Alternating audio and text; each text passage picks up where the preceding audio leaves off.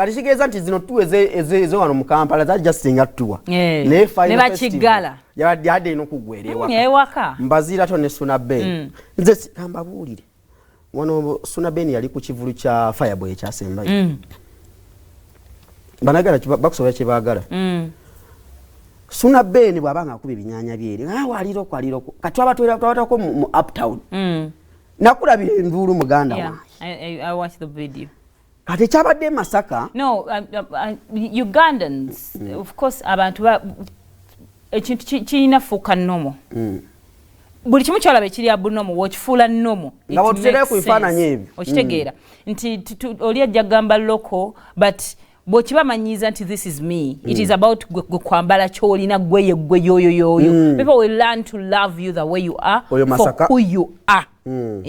Notayambala ngato za muntu mulala notagezaako kukola ngoli ekyo kyoli abantu bayigo kyaga nalaba yagira ku style ye nalaba our uptown DJs buli omu ye kusana ebifaananyi baposting naye nga Ssuuna Ben yakabera wane Kampala obakyoga muna adete bamanyi benyini abamwe kwisa ku ebifaananyi bibagamba mbaliro ko nnyo naye kati basala do your thing own your thing ndaba buddu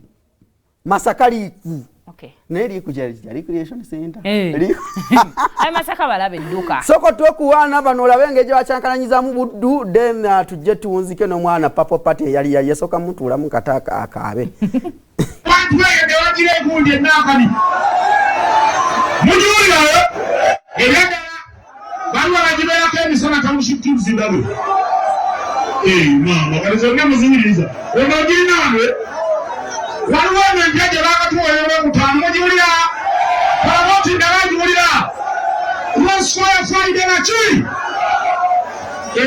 kwa bati ndamu tuwuliza kajanja tuyanzege Amana weka tugirenda Magenja na kusumula mkono kwa tuleso lwaleno wow Magenja na mutukiriza abana weka tusumula ngatena tuzina situyinira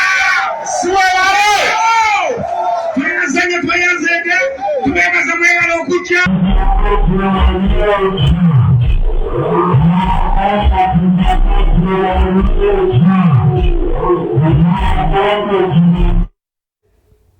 Okay, congratulations to our own boys Mbaziira Tonny wamu ne Ssuuna Ben likubaja abuluza kati akabagenda UK kati abebungereza mwe muludde okubookinga ba DJ kati betulina okubookinga abaliko Mbaziira Tonny Ssuuna Ben kivulu temuli bayimbi temuli ki bakyerere mukamumbufu bwe mundoza nga tuwunzika